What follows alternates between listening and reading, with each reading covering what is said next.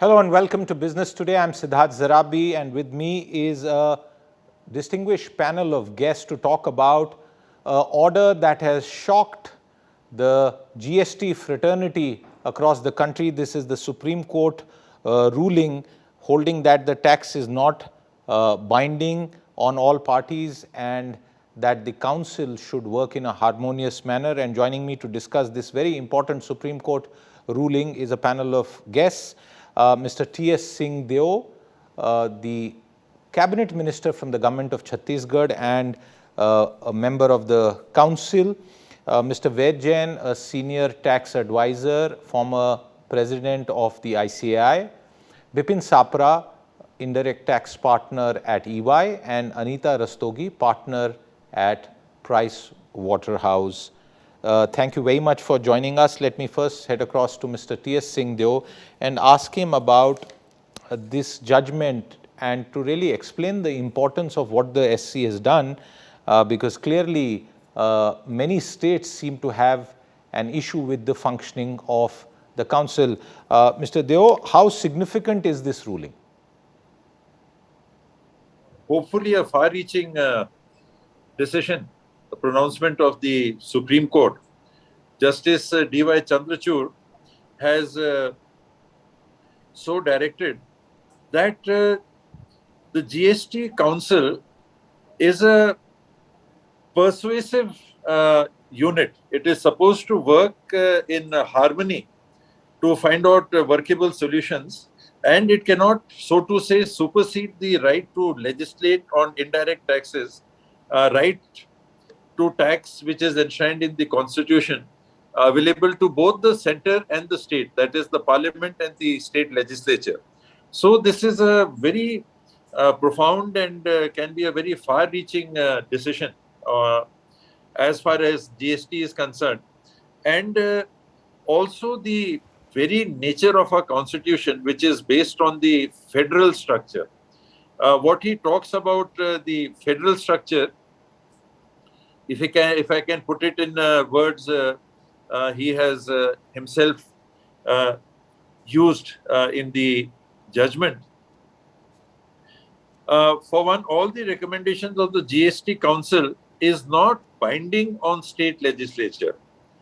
Indian federalism is a dialogue between cooperative and non-cooperative federalism. You know, these are very pointed and a decision which can be far-reaching as far as the federal structure of our country is concerned.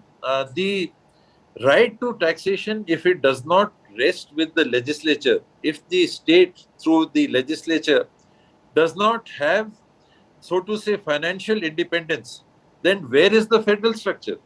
Then you are dependent entirely on the central government for devolution of whatever share of taxation that they would decide, rates that they would decide, etc.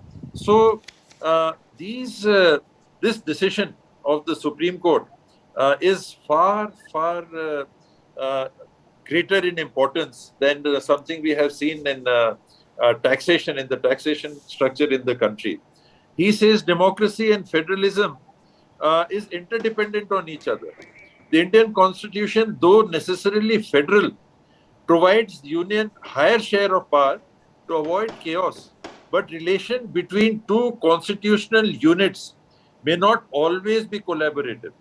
And further, he extends this by saying that Indian federalism is a dialogue in which state and center always engage in a dialogue, and the recommendation of the GST Council is not binding on the states.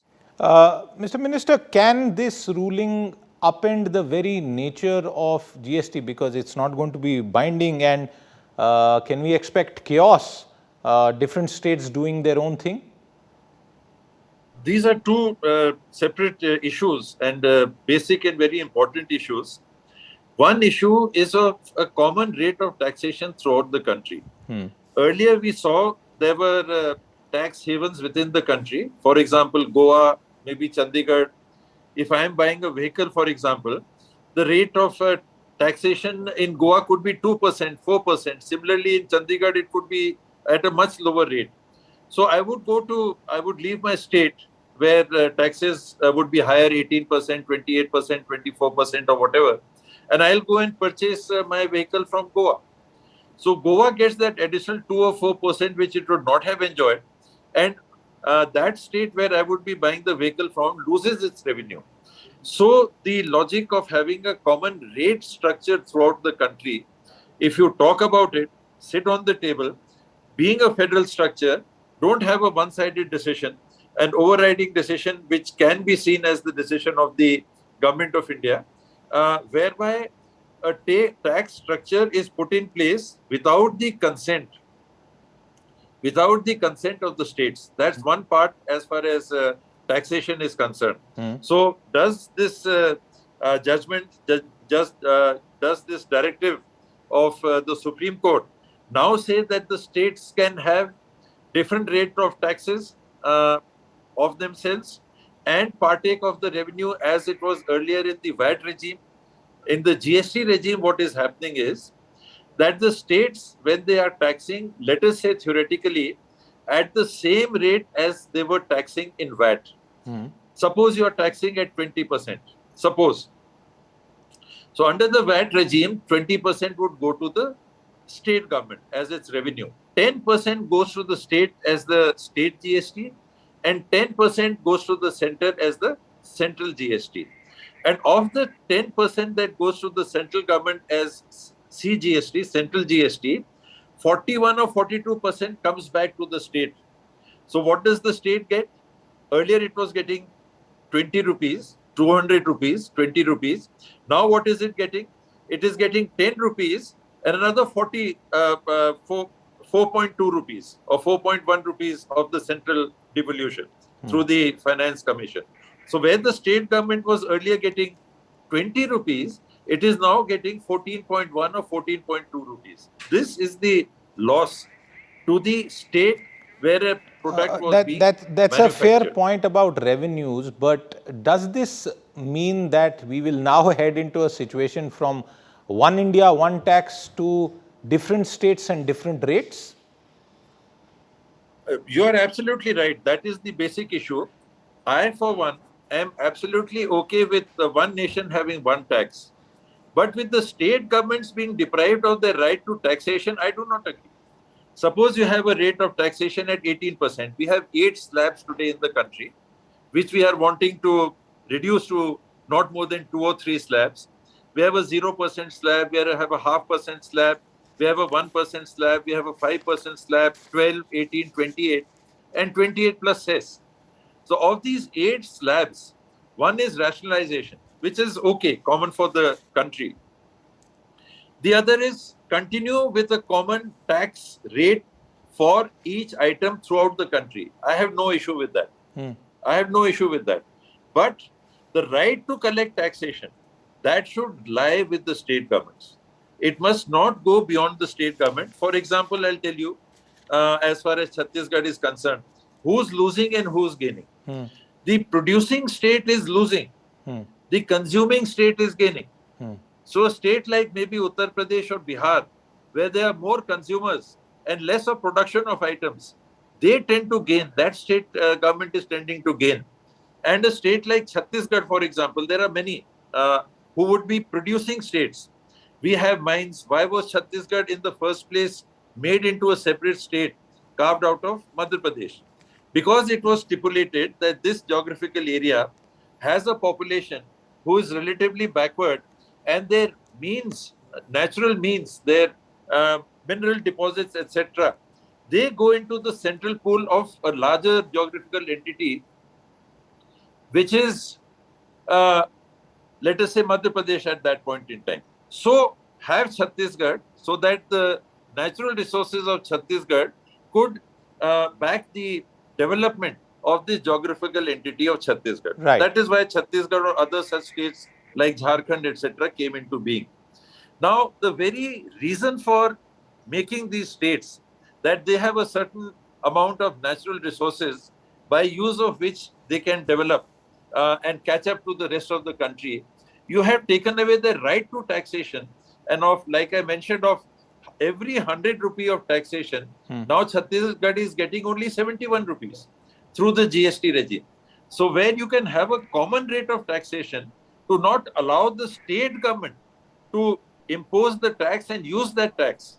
Let it be at 18% throughout the country. Right. Every state government puts 18 rupees on this kurta I am wearing, or 12 rupees or 12% on this kurta that I am wearing. Absolutely fine. But where this is being produced, should that state government not benefit from the VAT? Should it not benefit from the land it is providing, the water it is providing, the electricity it is providing, the manpower it is providing, the pollution Right. that is left behind for that state? Should it not get the entire revenue? Otherwise, why should a state want a manufacturing unit to come and use up its resources and give it only 71% of the 100% tax that it could get? So there are two things. Rate of taxation, have it common throughout the country, but the right to tax, that should be with the state government. Otherwise, where is the federal structure existing anymore? It will not exist. And the other issue about the GST Council, which the Honorable Supreme Court has pointed out, is that according to Article 246A of the Constitution, both Parliament and the state legislature have equal power to legislate on matters of indirect taxation. And it further points out, the ruling further points out, that there are two significant parts of the GST Council voting structure. One is 1/3 of the vote share lies with the union government and 2/3 of the vote share lies with the states. All the states collectively share 2/3 of the voting value. Now, if 1/3 lies with the government of India, any proposal, any change you want to make out is by a 75% majority, which means that with 33% vote share residing with the government of India, there can never be any change. Never be any change. Even if all the states say we want to change, there can never be any change if the government of India does not agree. So it impacts the federal structure directly. So the GST Council is an area of political contestations as well as it impacts the federal structure. Now, where is it a political contestation? We see lately, we have been seeing, unfortunately, in the GST Council, that a lot of the decisions are going away or going the way of majoritarianism.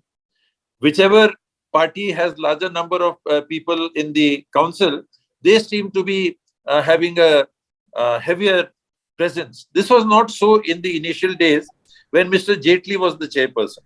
But lately, what we are seeing is unfortunately a moving away from that consensus formula. Unless we all agree, nothing will be passed. Even if one member is dissenting, we will not pass that issue till all come on board. So that has been left behind. And that is the danger of councils like the GST Council, which override the constitutional right in the federal structure of a state government to impose taxes. Mr. Singhdeo, one final question to you, and this is to do with the politics. 10 states, major states at least, have non-BJP governments. The question that I have is the functioning of the GST Council now going to get diluted, and will there be question marks in the future? Not only the question, you see, the what this judgment has said is nothing about the working of the GST Council. It is stating two things. One, that the way the GST Council functions is not appearing to be harmonious today. You know, this word is mentioned in the judgment. Union and states have simultaneous powers to legislate on the GST, and Constitution does not envisage a repugnancy provision. Okay. And GST Council must work in harmonious manner to achieve a workable solution. See, so we have moved away from there. You yourself have raised the question of so many states are of one hue and so many states are of the other hue. That is why if this sort of thing, majoritarian thing, comes into the functioning of a GST Council, which has taken away the right of states to tax, and use that revenue for the development, then the GST Council, the very purpose of the GST Council is defeated. So I am actually very, very happy personally.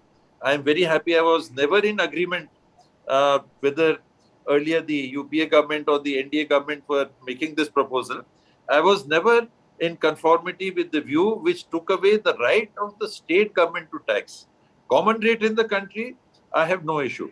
But right to tax and use that tax for the development of the state, that you cannot take away from the state. Otherwise, where will there be federalism? Fair points there. And Mr. Singhdeo, thank you very much for your time with us today. Our panel of experts has been waiting by patiently and heard the cabinet minister in the government of Chhattisgarh, who handles the department of GST, speak on the key questions. I'm going to come to you straight away, Mr. Bipin Sapra, and the direct question that I have is that with this ruling, do you fear that the GST Council has now been rendered toothless and we are now back in the dark days before GST, when we had this plethora of indirect taxes at the state level, and for taxation purposes, each state was practically a different country? Thank you, Siddharth. I do not feel that we are going to go back to the dark ages of and the GST is going to be doomed for henceforth. See, my view is, and I do not have a certainty on the intent behind the way the constitutional amendment was created, but that 246A was not made subject to 279A, was by design and not by oversight, is a very clear indication. What my understanding is that all the state governments, with their powers of making laws independently, that power remains today, and the basic structure of the constitution says that they have the power to make tax laws independently, and that has been kept with the state governments. And that with their powers, they have come to the GST Council, and in the spirit of cooperative federalism, and in the spirit of having a uniform GST which works for everybody, they have voted and voted unanimously to have the GST in their present structure. And that GST, they have agreed to bind themselves with and create laws to make laws for the GST in that spirit. So whether it's the uniform rate of GST or any other law, Right, that has been accepted by the state government. So my view is that this is perfectly fine. I think it was always there that the states could go in a direction, but they have agreed to have a uniform GST. Before I go to Anita Rastogi, I'll go to Mr. Ved Jain briefly. Mr. Jain, the question that I really have to ask you is that this was supposed to be One India, One Tax. July 2017, it was introduced. We are preparing to celebrate the 5th anniversary.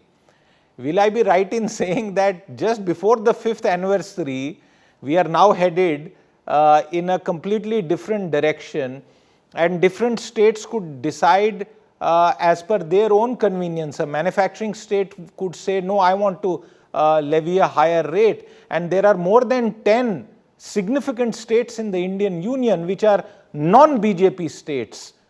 What do you see happening as a consequence of this judgment? Mr. Siddharth, we must look into the background when GST was introduced. See, GST law constitutional amendment was made by a consensus, which was achieved between the ruling party and all the opposition parties. And all parties, all states conceded their right to tax and to make law on this point. And that's why Article 246, which gives exclusive power to the state to levy tax on goods, was amended to introduce 246A, giving power to the state to make law as well as giving power to the center. And in that process, they also introduced Section 279A, an operative part, saying that there will be a GST council where state and center both will be participating. Center will have 1/3 right and the states will have 2/3 right. And it is clearly written that the recommendation of the GST will be recommendatory. It is 279A. So Okay. what Supreme Court has held today is not a new law, or they have pronounced a new legislative, a new law working now. Okay. They have interpreted what the law was, and I am confident that having worked 5 years in this manner, and there has never been any dispute about the center and state right and relationship. This issue which has come up today was one of the contention of the petitioner, that the center does not have a right on this issue because the council has not recommended. So that's why they have said that that is not required, because GST council recommendations are recommendatory, and center have a power to legislate under section 246A2 because it is a interstate and the IGST is there. I don't think there is going to be a something different what we have been experiencing in the last Okay. 5 years. Okay. And the reasons are obviously GST is a win-win situation for everyone. As regard the contention of the Honorable Minister that state producing state as a consumer state, see, that was a fundamental shift accepted and adopted by all states in the year 2017. So Vedjan, you are saying that it is not reopening a Pandora's box. Anita Rastogi, the same question to you. Is this a significant upending of One India, One Tax, or are we on track and this is just some states will now use this to flex their muscle and perhaps score some political brownie points? So I personally believe that this is nothing new. It was always there. When this GST was introduced, when these recommendations were made, when the GST Council was formed, when the center and state were together agreeing that how GST is going to be formulated and executed in India. What the Supreme Court has done is only interpreted it, one. Second is, clearly there will not be a chaos. However, having said that, what is very important and correct, which the Supreme Court has said, is that GST Council will only recommend, but GST Council itself has members from state and center.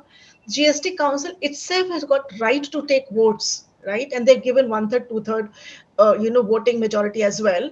So it's all going to be together a decision being made by the GST Council, which will then maybe become an act or may not become an act, because that depends upon Anita, not for you to comment on the politics, but I want to read out what the Tamil Nadu finance minister had said last year, almost to the year, on the 28th of May, and he has gone on Twitter to sort of share that once again. He says that the actual council is becoming in some ways a mere ceremonial seal, a rubber stamp authority with the real power to create policy abrogated to ad hoc agencies such as the TRU of the CBIC, a feeble GST secretariat, and the quasi-governmental GST network. Now, none of this tells me that it will be business as usual.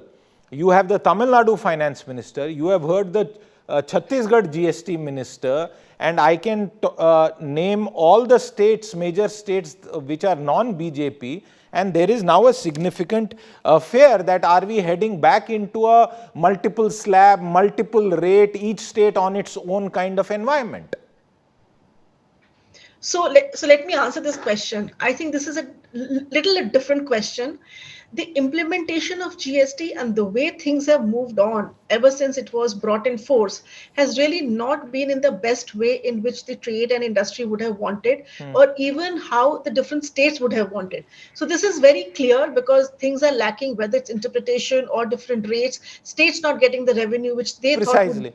thought they would be getting. So clearly there is a pain in that area, I would say, whether it is from the companies or from the private sector or from the the states. Of course there is a pain.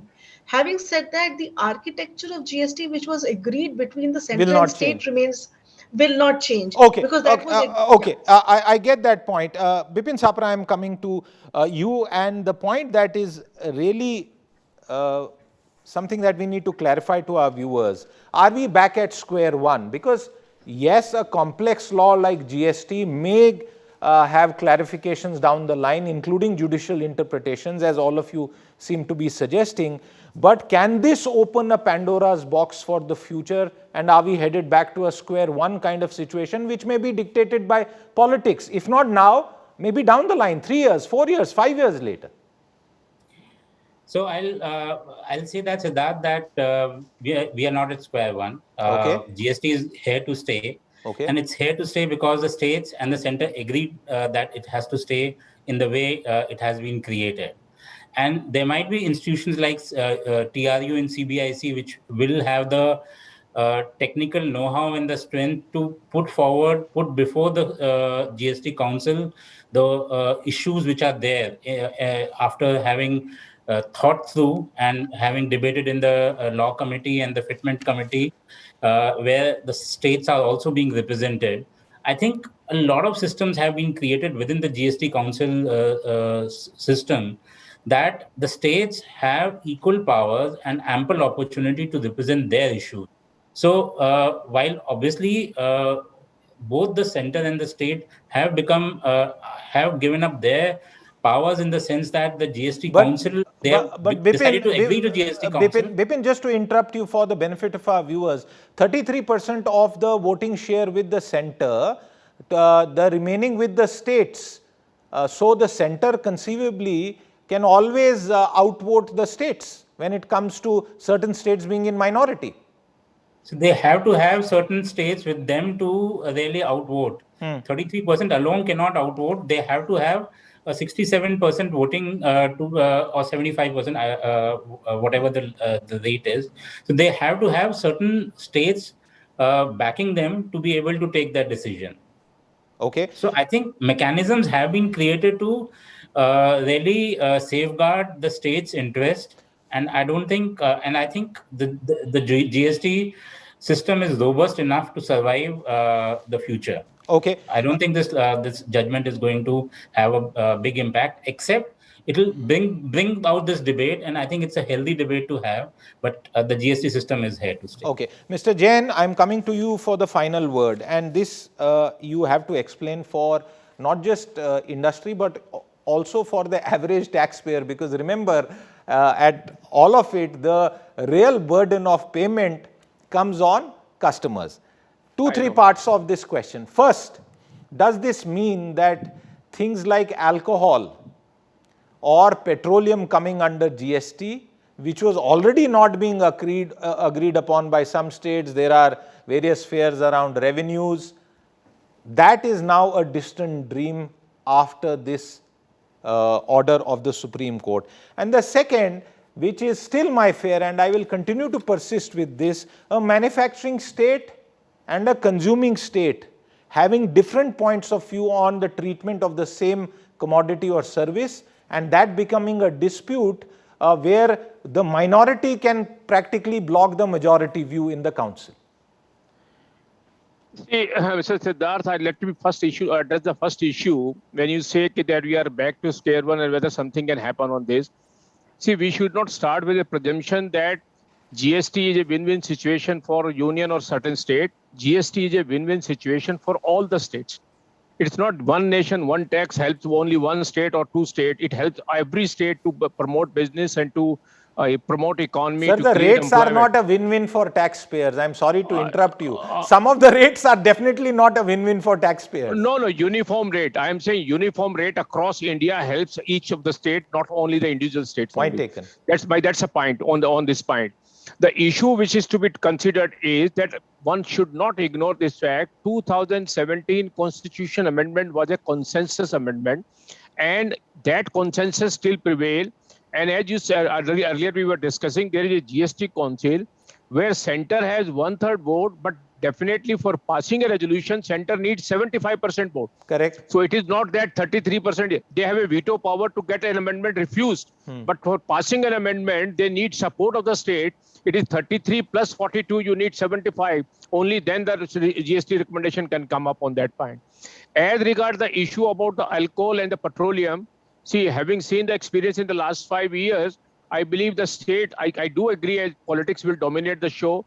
And there is a possibility now, considering this fact, 5 years, the state do feel that probably their power to tax and their power on this part, autonomy, has been gone. And probably they may not like that alcohol and petroleum to come under the GST, so that their power, whatever is left out, is also gone. That's a issue which I do agree on that part. As regards the consumer, I will say, and the ordinary pen, because it is indirect tax, ultimately the burden is passed on to the consumer. I believe that even if there is a competition and some of the states do not agree with the GST Council, it will be in the interest of the consumer. It cannot be happen in the way that some of the states may say, I will levy a higher tax, and with the result, their produce will not be sold and nobody will be a buyer. So no state will like to be left out. So ultimately, it can be a healthy competition among the states, but then it will be against, I think, the Indian economy and the working. You see, competition is good, but it should be healthy. And in case there is a tough competition that to reduce tax rate between different states, then probably some of the state may suffer on that point. So I will not suggest that the state should take a stand contrary to what they are taking in the GST Council. And the situation, what is there today and what has been said by Justice Chandrachud, is that there has to be cooperative federalism, which means that everyone has to cooperate, that as a one union and as a federal, that we continue to adopt one nation, Right. one tax, and do not take a stand which is contrary to the stand being taken by the GST Council. They do have a power, but the power have to be exercised in exceptional cases, not in ordinary cases. And politics should be the last thing when economy is the first priority. Employment is the first priority. I am of this view. Okay, I think Anita Rastogi wanted to come in. Anita, do you have a quick final wrap-up comment on the show? I think the quick thing is that one is on the state and the center. They should be aligned with regard to the law if they want to implement across India for the benefit of the consumers and their own state and the center. This judgment should not be giving any impetus to some states to take a different view on this, because this was always supposed to be a corporate federalism. Having said that, I think my main point is that the Supreme Court in this case has also given a very good ruling on the main merit of the ocean freight, whether tax under RCM should be paid or not, which they have said it should not be payable. That is also a very good judgment, and I think we should talk about that as well. Okay, I know. In this judgment itself. Perhaps that's a valid point, but I'm afraid I've completely run out of time. And as I wrap up, I think while this Supreme Court order may be a master class on competitive federalism and upholding the principles of the Constitution, what is really being feared is the difficulties and the politics that could happen when it comes to the implementation at the ground level. And after so much painstaking effort, India had moved to one India and one tax practically as far as indirect taxes are concerned, with exceptions, with 8 slabs. And I now believe that as we head into political season and closer to 2024, you will have a situation from Kerala, Telangana, Tamil Nadu, West Bengal and other states which are non-BJP states who will flex their muscle and assert their right to tax, and not only assert their right to tax, but perhaps also assert a minority view on the slab and the rate. And that is where over the next weeks, months and years we will see whether the promise of GST will continue or whether it will get diluted. And for you as the taxpayer, as the consumer, the final hope that GST is moderate and less burdensome still remains a dream that we have to achieve. I'm going to thank all my guests once again, and with that it's a wrap on this special on the latest ruling on GST by the Supreme Court. If you like the video, do like, comment, share and subscribe.